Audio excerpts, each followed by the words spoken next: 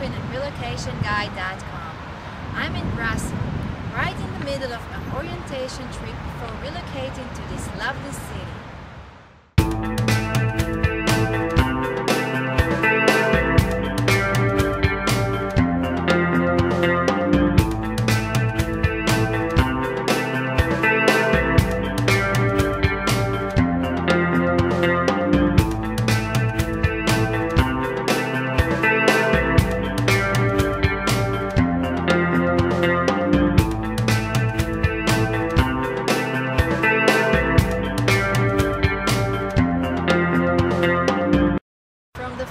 You just saw, it looks like I'm on a vacation, touring Brussels and having fun.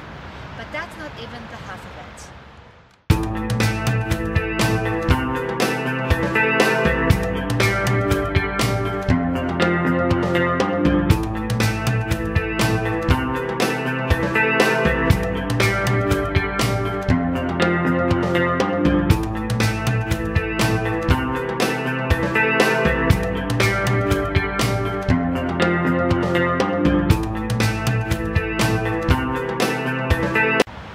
Overseas relocation requires lots of preparation and organization.